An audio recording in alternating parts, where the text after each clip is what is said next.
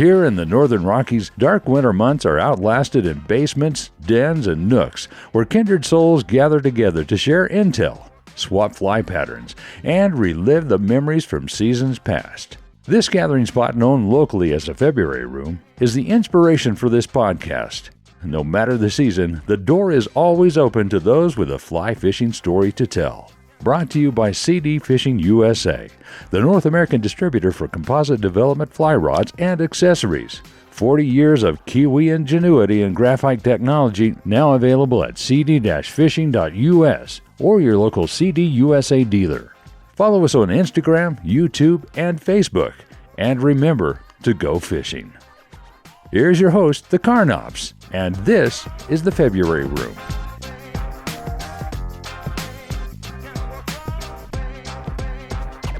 As any honest fishing guide will tell you, the days and faces tend to blend together.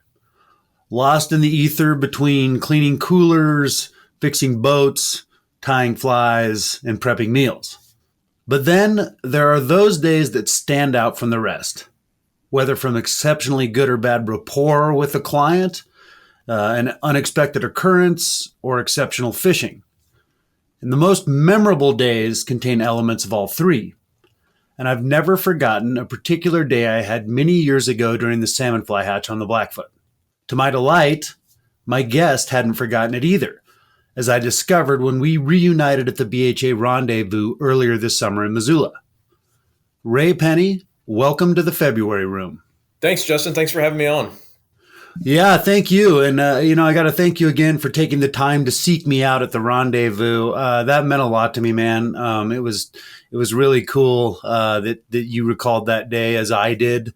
It was one of those things like, man, I saw you there and I'm like, gosh, I know that guy. How do I know that guy? And I was trying to put it together. And then lo and behold, one of my buddies came up to me and said, hey, the guy over at G&H Decoys, I'm sending him over here. He asked me if I remembered a fishing guide by the name of Justin. So anyway, that's how this all came to pass, man. Yeah, so that was super cool of you. It was a totally weird thing. I was talking to this guy, and I was just, we were up there for Rendezvous. I hadn't been to Montana since the last time I saw you, which I think I was doing the math after we talked, and I think it was like 16 years ago.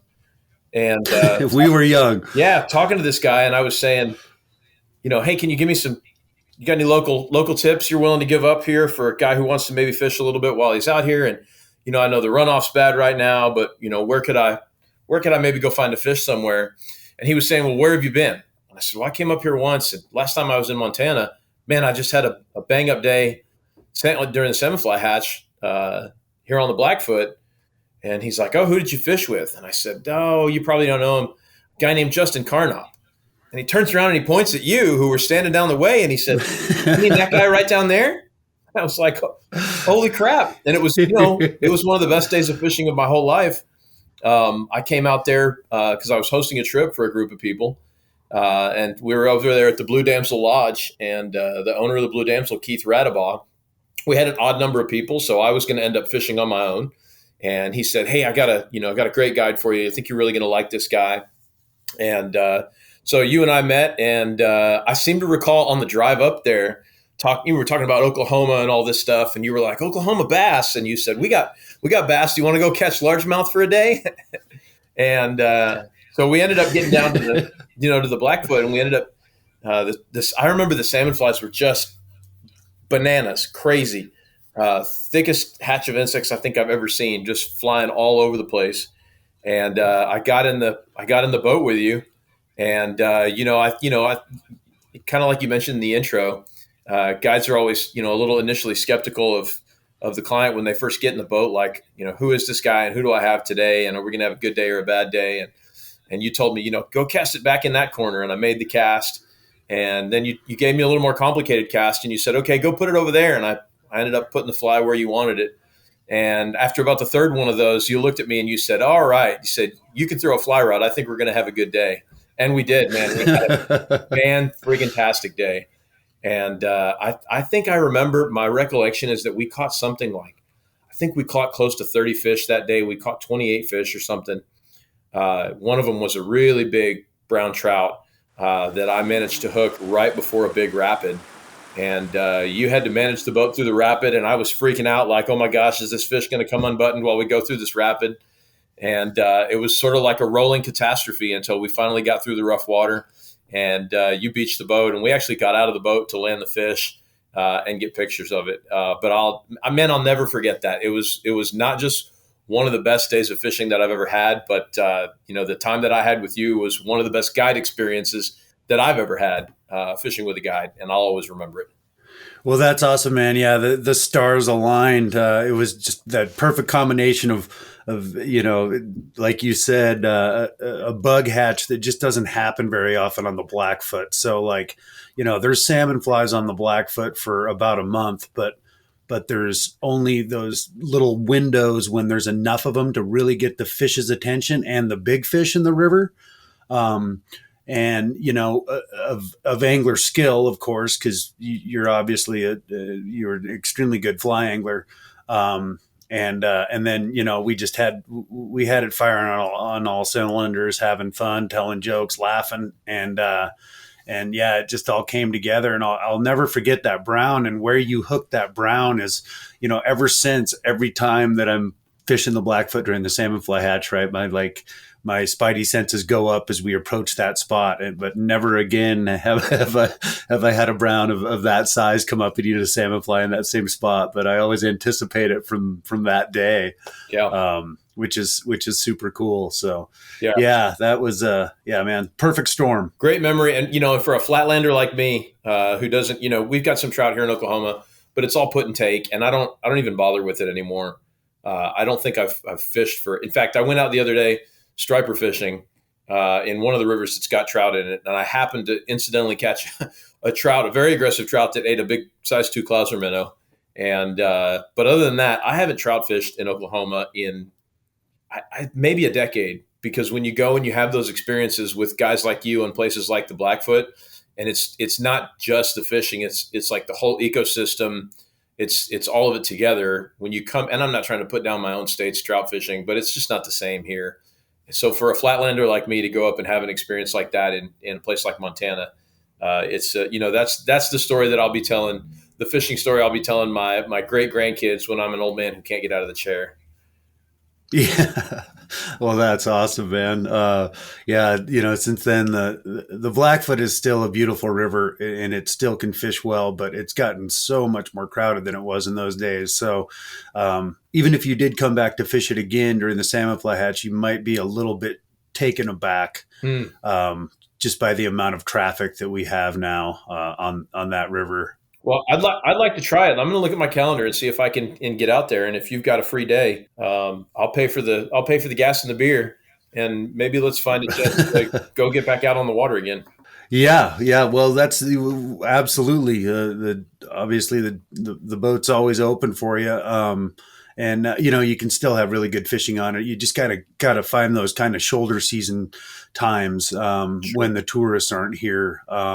There's been there's a new resort up there since you've been here that puts a lot of pressure on that river as well. So yeah, but it can still fish really well. In fact, just a few years ago, in May during kind of runoff, there's some periods where the river will dip, and if you can hit one of those, you can find those big fish. And then back in April, and then again in October, November, when everyone's kind of gone, and the big fish do come back out to play, and you can kind of have the place to yourself. But and in fact, just a number of years ago, I caught the biggest brown I've ever caught on the Blackfoot. So they're still in there.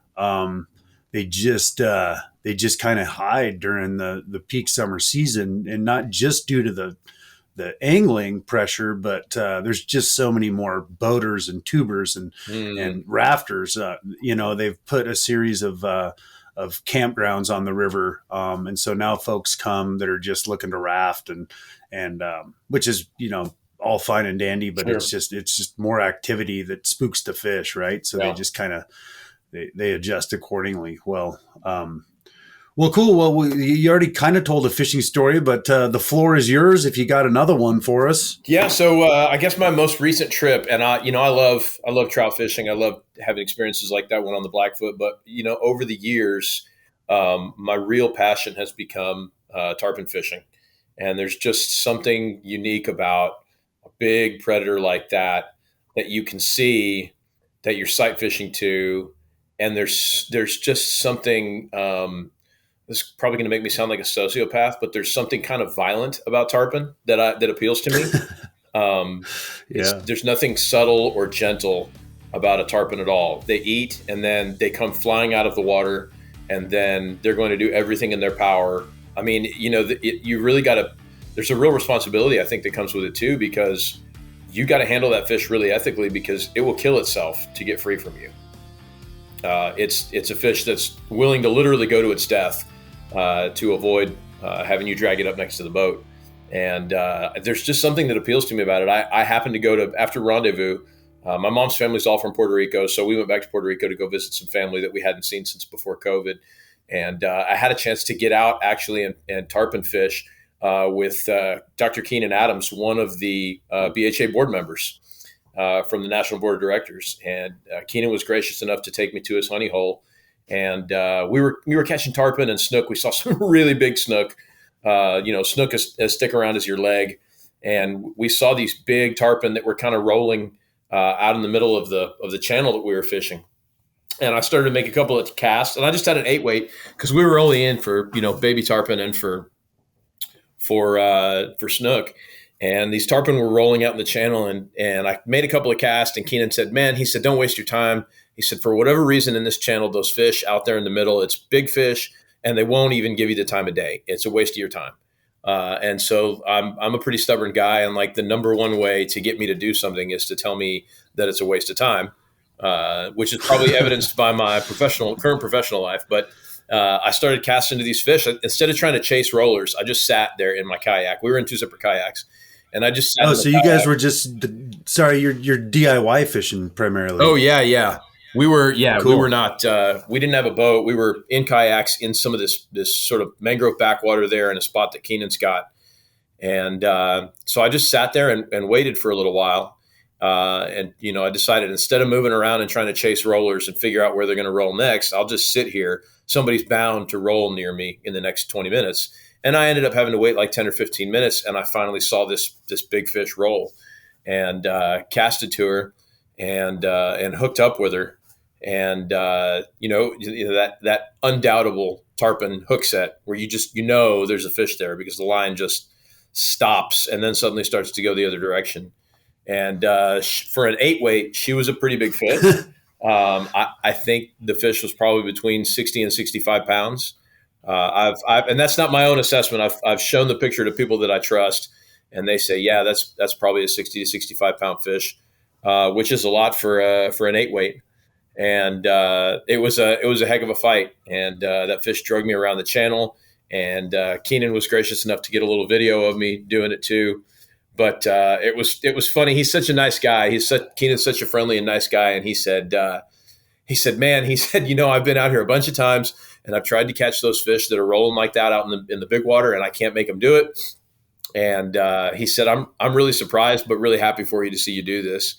And so it was just kind of a cool thing to get out there and catch a fish of that size on light tackle like that. And tarpon, man, I can't get enough tarpon. As soon as I'm financially able, I'm gonna hopefully move out of Oklahoma someday and go someplace where I can catch tarpon 365 days a year, because it's totally gotten a hold of me. I don't know how to describe it. I've got the worst tarpon fever in the world. Oh man, well, you and me both. As soon as I'm financially able, I'm gonna do the same thing. Yeah, it's there's just something, and the other part of it is I like Four Seasons and all that, but I love the idea of being able to wear shorts and a t-shirt every day of the year, and that fishery. Yeah, there's some seasonal change to tarpon fishery, but you can almost always, I think, in the right places, you can almost always find some backwater fish to help you scratch your itch if you're in the right places. So. Yeah, you don't hear a lot about, at least I don't hear a lot about Puerto Rico. I've, had a few friends that have gone there and fished a little bit. Yeah. So is that a place where tarpon fishing is somewhat prevalent now, or can you, head out there and kind of find some water to yourself still, or what's your assessment of that? How long Yeah. has it been since you've been there? Puerto Rico this was the first time I'd been in a few years. It's kind of a conflicted place. It's a United States Commonwealth, a territory. It has a Department of Natural Resources. There's a lot of good people, I think, working in the Department of Natural Resources, but they're short on resources themselves. So the fisheries don't always get the management I think that they probably deserve. There's also, tarpon are eaten for food in Puerto Rico. I mean, almost anything that swims is eaten for food still.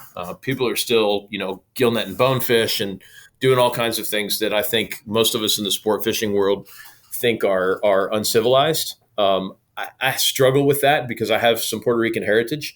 And so on the one hand, of course, I want there to be bonefish and tarpon available for everybody all the time to be able to go catch with a fly rod.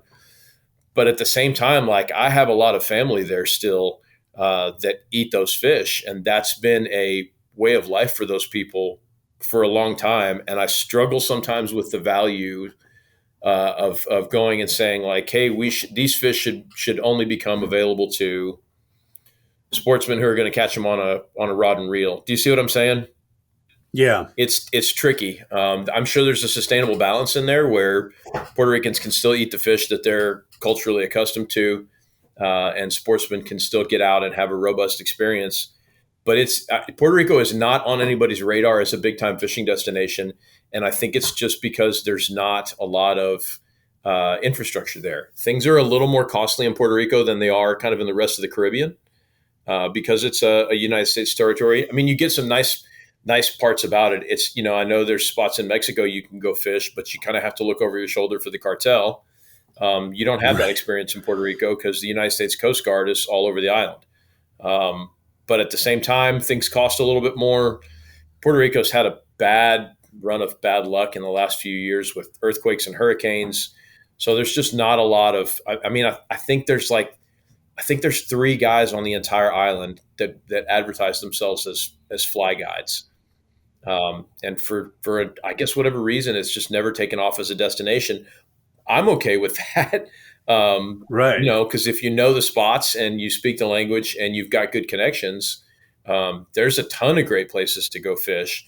You just got to be willing to drive off some ugly dirt roads and, you know what I mean, wade a long ways sometimes. But if you can get into the spots, there's a lot of great fishing. You just gotta know where to go.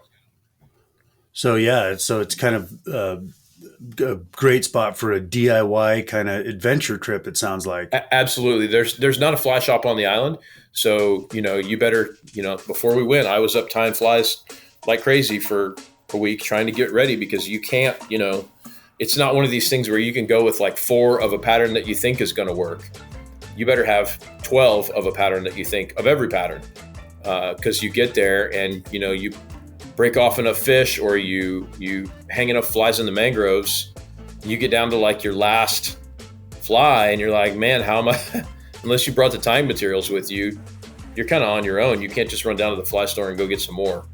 But if you want a DIY experience, and the flip side of it that's great is it's safe. They take American dollars.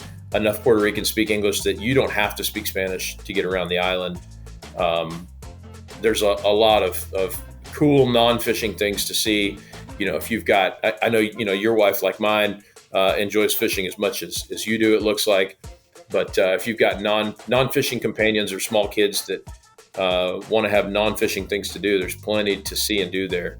But you just got to kind of know your way around. If you ever want to go, might be a fun trip to go down there. And I've never gone on a strictly fishing trip down there. I've always been down there to see family and do all that. But it might be fun to block off like maybe 4 or 5 days and just go hit all the spots. Oh man, I would love to go do that. When was the last time you were there, Ray? So this last summer, and then before that, it had been over 10 years. It was 2011, The last time I had a chance to go, I spent some time in the Marine Corps between when you and I saw each other last, and I went to Afghanistan in 2011 and came back from Afghanistan and spent 2 weeks down there, just Maggie and I. So it had been almost I guess just over a decade since I had been down there, and the island has changed a lot, some for the better, some for the worse. But the fishing, I think, is still mostly there. It's still mostly intact. So was that Hurricane Maria that devastated the island? Yeah, it was Maria that devastated the island, and then kind of mixed with that, there was a couple of earthquakes, and the damage from Maria and the damage from the earthquakes are all still there. There's a lot of the church that my mother made her first communion in Ponce, big beautiful church, several hundred years old. Built during Spanish colonial time. That church was kind of like a family mainstay for us, and it's a place where a lot of important things had happened for our family. The earthquake was, I think all that happened in, gosh, if I'm not wrong, like 2017, and the church is still closed. Wow. And there's, it's been kind of a disaster, in a kind of a perpetual disaster state. Actually, I think the hurricane was 2017. I'm probably getting the dates wrong. But all of that has kind of happened in the last 5 years, and there's still a lot of infrastructure that's not been rebuilt and things that are still shut down in Puerto Rico. But people are kind of making the most of it. I think, I was at my aunt's house and just asking her about the whole thing after Hurricane Maria. And when you think about hurricanes hitting the U.S., down on the Gulf Coast and so forth. And like, I have family down in Texas, and they're like, oh my gosh, we didn't have power for 5 days. My aunt in Puerto Rico didn't have power for over 6 months. Wow. Like, no electricity in her house for 6 months. Probably no cell phone, nothing. They didn't have water in a lot of places or anything, right? I mean, it was just kind of... Right. Yeah. For I think she told us that for like 2 months, if she wanted water, she had to get plastic jugs and drive someplace and go fill up the jugs at a place where somebody had water. I think fortunately Puerto Ricans helped Puerto Ricans, and everybody looked out for each other.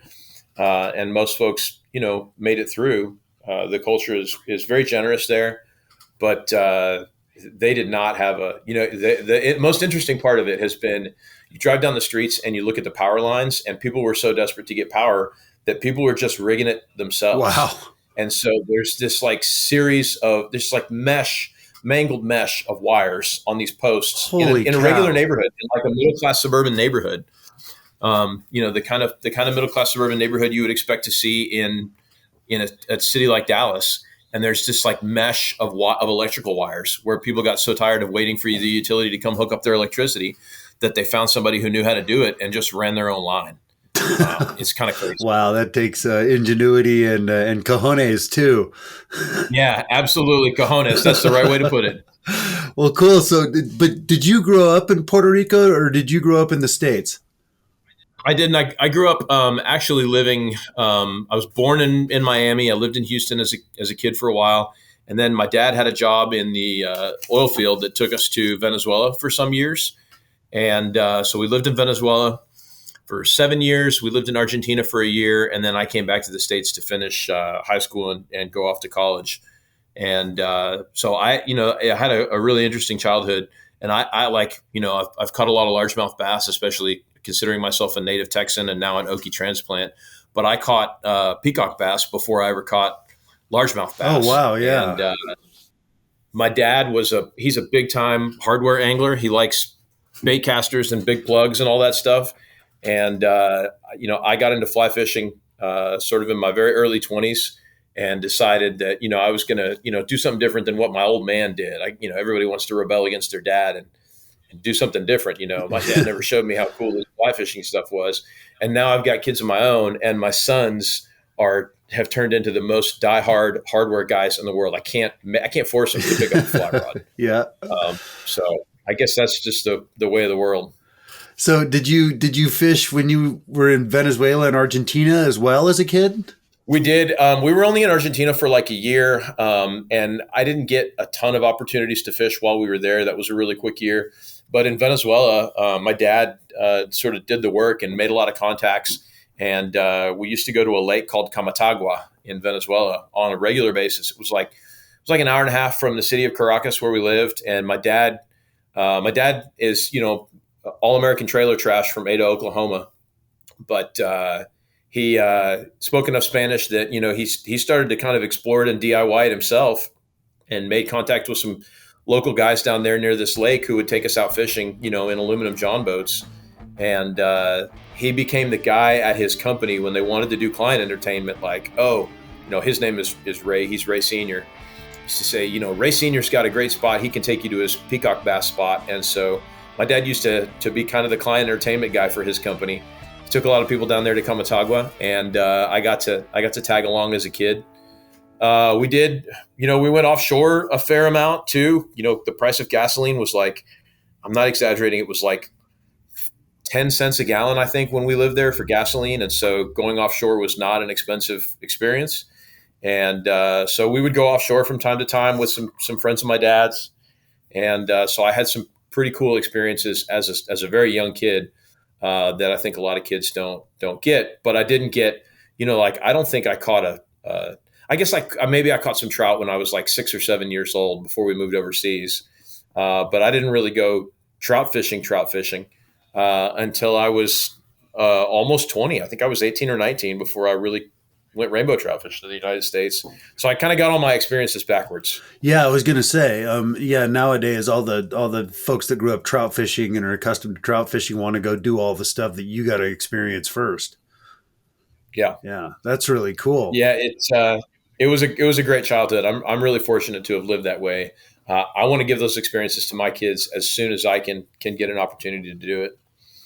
Yeah, man, that's a really that's an interesting childhood you had for sure. And then, so as you mentioned, when we met, you were hosting a trip, and you were working for Orvis at the time. So how did you turn your love of fly fishing into that career? How'd that come to pass?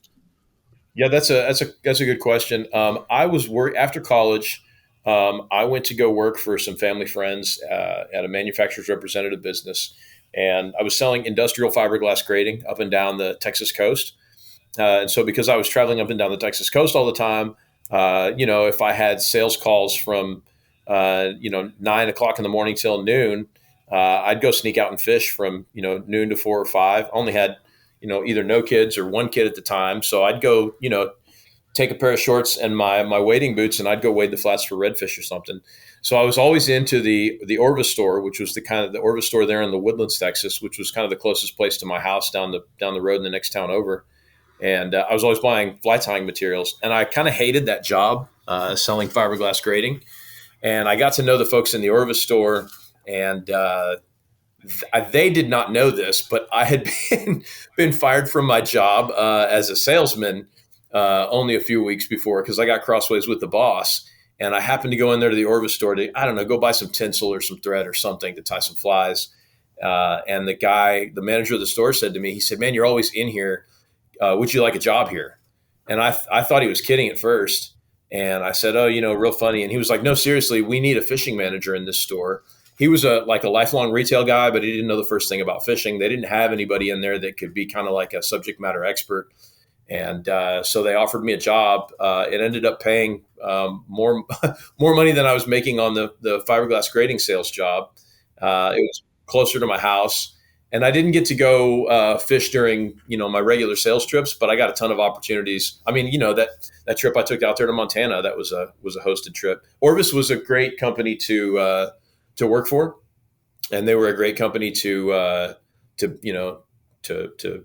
sort of grow with. I ended up leaving them because I'd always had this desire to join the Marine Corps ever since I was a kid. And I realized after a few years of Orvis that I was 25 at that point. I had never, sought out this goal. So I left Orvis and went off and joined the Marine Corps and spent 7 years doing that. Wow, interesting. And then let's get to where you are today. At the Rendezvous, you kind of gave me a synopsis of the company that you're with. Obviously, there's a lot of crossover between fly angling and waterfowling. So tell me about G&H Decoys. Give me a little background on the history of this company and how you became involved with them. Sure. So G&H is the oldest manufacturer of a production waterfowl decoy in the United States of America. Company is 88 years old. Will turn 89 this coming March. The company was founded by a man named John Gazalski, who started the company right after FDR signed the Duck Stamp Act, which we all know created the duck stamp. But less known fact is that the Duck Stamp Act made it illegal to use live birds as decoys. You couldn't just tie a string on their leg anymore and put them out in front of you. And so John Gazalski, I think, saw an opportunity to. Decoys have been around for centuries, millennia. I think. I think cavemen first used decoys made out of straw or something to get ducks and geese to get close to them. So the decoy wasn't a new idea, but sort of mass producing decoys and making them affordably enough for people to be able to buy was, I think, kind of a new idea in 1934. And when you really think about what Oklahoma was in 1934, it's kind of crazy that the business started here. We were like in the peak of the Dust Bowl days. This was before the New Deal, so we had literally zero lakes in Oklahoma. It was a big, wide open, dry piece of earth. And this guy had the idea to make decoys, and the company has persisted to this day. In Henrietta, where I'm sitting now as we record this podcast. So John's son Dick took the business over sometime in the 70s or 80s, I think. We're not really sure on exactly when. And Dick ran the business until he passed away in 2021. And it looked like the lawyers were just going to sort of chop the thing up for scrap and get rid of it. And so I kind of heard that it was maybe on the chopping block, and I put together a group of investors. And we bought the business, and I guess my title is the president and CEO, but I feel more like the chief cook and bottle wash. Yeah. But it's been a lot of fun. I think last week we added 2 more employees, and I think we're at 28 total employees now. We're growing like crazy, and we're the last company to produce a production quality waterfowl decoy here, still in the United States. And we're very, very proud of that. So 120,000 square foot factory. We're back into Rogers Sporting Goods and Max Prairie Wings and a number of mom and pop stores across the region. Sportsman's Warehouse picked us up this year. Oh, cool. Go check out local Sportsman's Warehouse for our decoys. So we're just trying to put the business back in the place that it was when it sort of fell from grace in the 2000s as our economy kind of got its butt kicked by the Chinese. So, and some of those 28 employees, were those was there a number of those folks that worked for the company originally that probably thought that they were out of a job? And yeah, about half of them had worked at the company previously, and we had to go find those people. And that was one of the tough parts of restarting the business. We bought the business from Dick's estate, and then we just had an empty building. We had a lot of machinery and all the old molds and all those things, but we didn't even know how to turn the machines on because the instruction manuals were all gone. There's a process for turning on a Natco B30 blow molder. You got to heat this up first and turn this on second. And we didn't know even how to do all that stuff. And we found the old general manager. I guess he was sort of still there at the business, kind of keeping the lights on, but nothing was going on there. And Derek, kind of used his connections out in town to figure out where everybody was going. And Derek sort of put the band back together. At one point, we went to go find a guy named Jeff Leslie, who's our shipping and outbound supervisor, and he was working at the Taco Bell. And Derek went up there and had to find him in person at the Taco Bell and said, "Hey, somebody bought the factory and we're turning it back on, and we'd really love you to come back." And I think Jeff told him "Hey, wait there 1 minute." And Jeff went in the back and told his boss at the Taco Bell, "Hey, I quit," and walked out and came back to G&H. Unfortunately, not a lot of jobs in this part of Oklahoma, and a lot of those folks had gone into fast food or were kind of between jobs. And so it was really cool to be able to see those people come back to something that they'd known and loved. I think our most tenured employee is a guy named Dennis Gooden, who's been here for 38 years, I think, if that's right. And he's a really interesting guy. He rides a bicycle to work every day. He's a widower. He's got 6 kids, and working at G&H is what he's done for most of his adult life, and it's what he loves. And he still runs in his 60s now. He still runs a blow molder every day. Wow, that's cool, man! You got the band back together, and that's a really inspiring story. Is anybody that has a small business, you run into all sorts of hiccups all the time, and you got to kind of find the inspiration once in a while to keep pushing on. And stories like this inspire someone like me who's kind of still in the early stages of running a small business. It's like, well, hey, everybody that's done this has gone through a series of obstacles. It's just like one big Yeah. obstacle course that you have to learn to navigate, and just keep pushing on. And Yep. yeah, I think more than anything, maybe perseverance is the most important quality you can have. Yeah. You can appreciate it. Not every day is wonderful. Some days suck. Yeah. Our website went down yesterday, and that was not, here we are in September on the eve before duck season in most of the country, and our website went down, and that was not a pleasant experience to have to deal with. But you're right. I mean, perseverance, right? You just got to keep your foot on the gas pedal and keep going. Yeah, man, for sure. On another note, you're the father of 6 kids. Yeah, Maggie and I have 6 kids. I don't know how that happened. Everybody always looks at you and they say like, all 6, like you, yeah, like us too, all 6 kids. I don't know how it happened. We got started kind of early in life, earlier than we anticipated, and we had one. She turned 16 back in July. She actually gets her driver's license this Friday, and I just don't know where the time has gone. But 6 kids, and not all of them love to hunt and fish. I'd be curious to know, what your experience as a father is like. You love something so much. You love fly fishing, and I love duck hunting almost as much as I love fly fishing. But you love something so much, you want your kids to do it, but you don't want to force it on them because then they won't love it. Right. Um, so like my eldest daughter, my 16-year-old, she loves to go down to the river with me. She'll ride in the boat with me. She'll go to deer camp with me. She didn't have any interest in picking up a rod or shooting a gun. Mm-hmm. So, I'm still trying to figure this out. But, my sons, on the other hand, can't get enough of it. Henry, my 10-year-old, got an aquarium for his birthday, and he didn't want aquarium fish. He wanted me to drive him an hour and a half to the good smallmouth creek, and he wanted to fill the aquarium with smallmouth. So that's what we did. And so, they love it and they can't get enough of it. But I'm still trying to figure out, like, how do you pass this on without, some of them willingly love it and accept it, but some of them need a little more encouragement. And that's a piece I'm still trying to figure out. Yeah, and I think that's a question that all of us parents that love the outdoors ask ourselves and struggle with, because my kids are certainly interested in the outdoors. They ask about going hunting. Our son's 8 and our daughter's 5, so we're still a couple years away from hunting. Yeah. But they both express interest in it, and they certainly like to go fishing. But it comes in small doses, right? If we go, I'm not going to go take them out on a 10-hour float. Sure.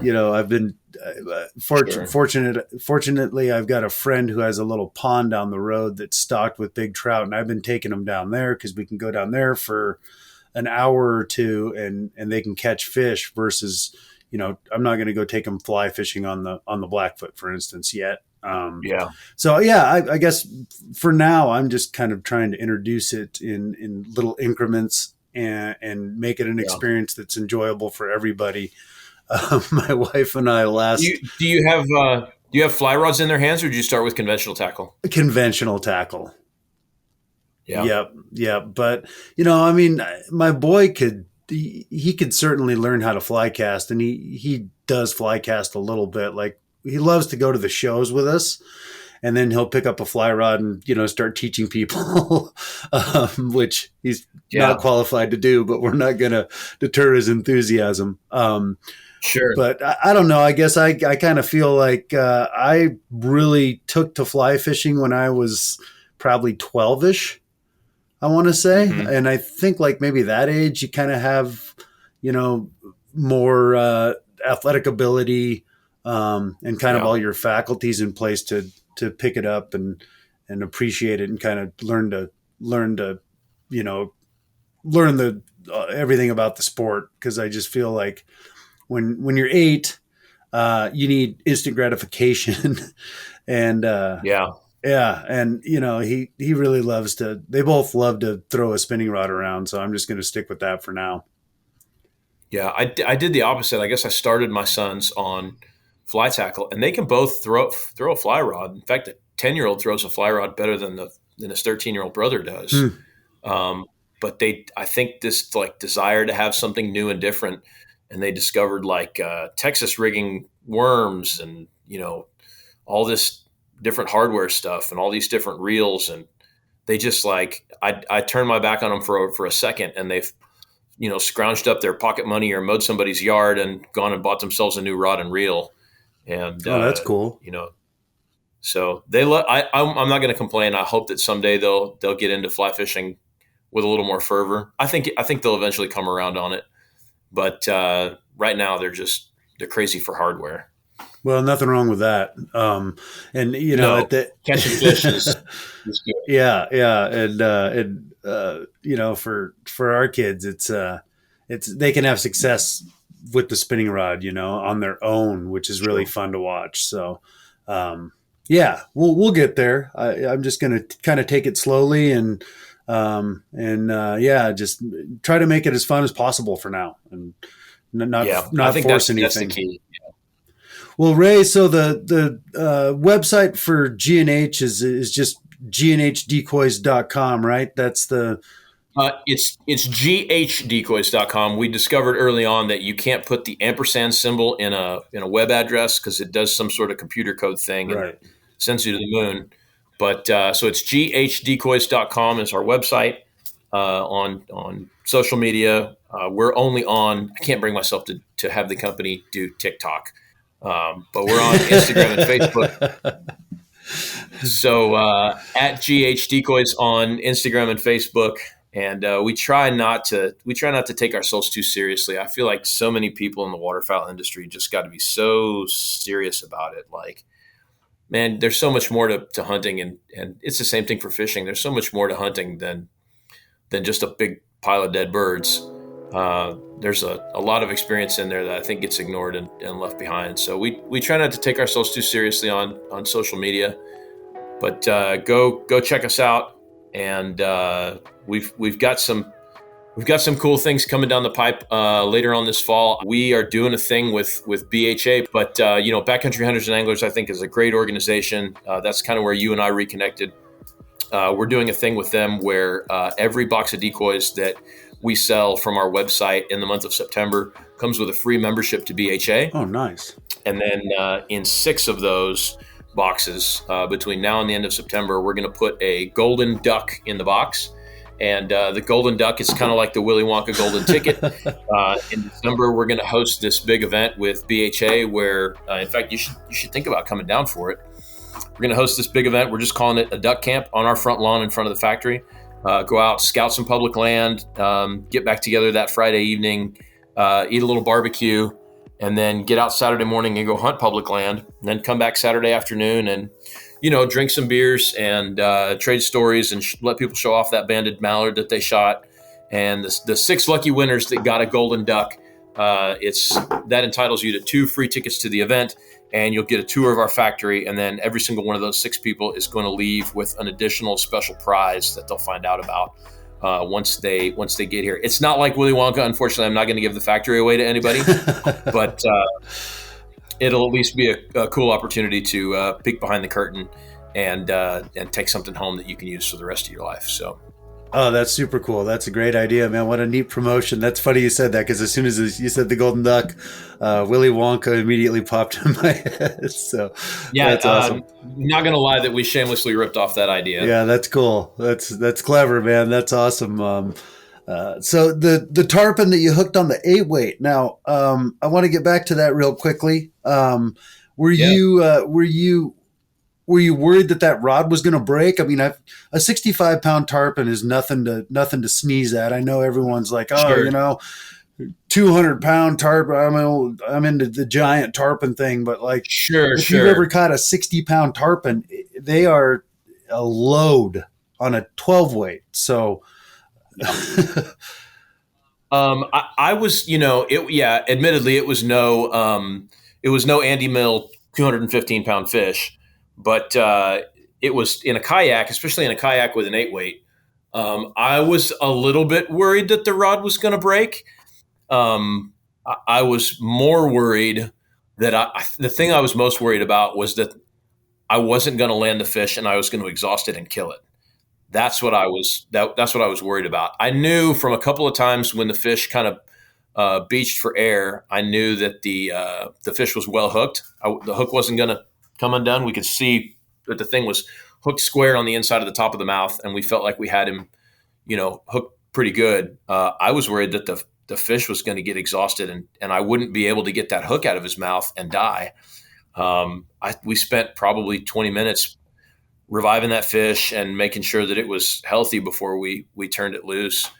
But it was exhausting. I think I had that fish on the line for, I don't know, I guess Keenan could probably speak to it. I probably had that fish on the line for 40 minutes. And Keenan's comment to me, and he is absolutely right, is like, man, next time bring a 10-weight for that fish. And Yeah, he's not right. Like, that's more fair to the fish. And I probably will probably prudent to have, even for a 65-pound fish, it might not kill you to have an 11 or 12 weight in the boat with you, just to help you get it done faster. So. right. But you weren't necessarily expecting to run into a tarpon of that size, right? You were kind of thinking more. No, like, we thought we were going to look for the 10 to 20 pounders that live back up in the mangroves, and these big fish started to roll out in the middle of the channel, and I just got a crazy idea to, I wonder if I can get one to eat. Well, yeah, you got to throw the fly at them. Right. You go that way, go that far, you got to try it. So I've never kayak fished like that for tarpon. Yeah. What's it like fighting the fish from a kayak, and how did you land it? It was a rolling catastrophe for the entire time. It was a pretty stable kayak. It was fish swimming around and underneath the boat. You've had big fish on that want to go under a bigger boat. And if you've got enough space and you're standing up, you can walk around the edges of the boat and you can kind of manage that operation. But when your butt is planted in the boat and you can't really turn around in the boat either, you've got to figure out how to pass your rod behind you. I think at one point I had the fish turning to go behind me and headed into the mangroves, and I had to kind of hand Keenan the rod for a second so I could flip the boat around and take the rod back from him. So poor Keenan didn't get to fish for the entire time that I was trying to land this big kid. But it was a wild adventure. It was a ton of fun, and had I to do all that over again, I'd rather have a skiff and a 12-weight or at least a 10-weight. But it makes for a great story. No doubt. Well, you did it the hard way, man. So good on you. Just like G&H Decoys is doing things the hard way too. But that's the way that they always did it, and really cool that you're keeping that legacy alive. Thanks again for taking the time to join me. And it's ghdecoys.com. Your Instagram handle too is Pennyflies, right? Pennyflies, that's me. Yep, at Pennyflies. Cool. So we can learn more about Ray and G&H Decoys in those two spots. And man, I appreciate you taking the time, and cannot wait to reconnect with you somewhere, preferably in Puerto Rico, chasing tarpon out of a kayak. That sounds like a blast. I'm gonna send you a text after we get off here, and we really should think about maybe a midsummer. You tell me when your low season is. When you can get time to go down there, and I'll show you the local flavor. We'll eat in all the local holes. We'll go drink beer in the local dive bars, and we'll go catch the local fish. Go to thefebruaryroom.com, where you can access a complete library of our podcast and read more about our guests, their fishing stories, and favorite fly patterns. We're always looking for exceptional fly fishing yarns, and if you have one to spin, shoot us an email at info@thefebruaryroom.com. The February Room is always free, but if you feel like throwing a nickel in the pond, we appreciate any additional listener support. For companies and individuals interested in sponsorship opportunities, please contact us for our media kit. Thanks for stopping by the February Room, and we'll see you down here next week.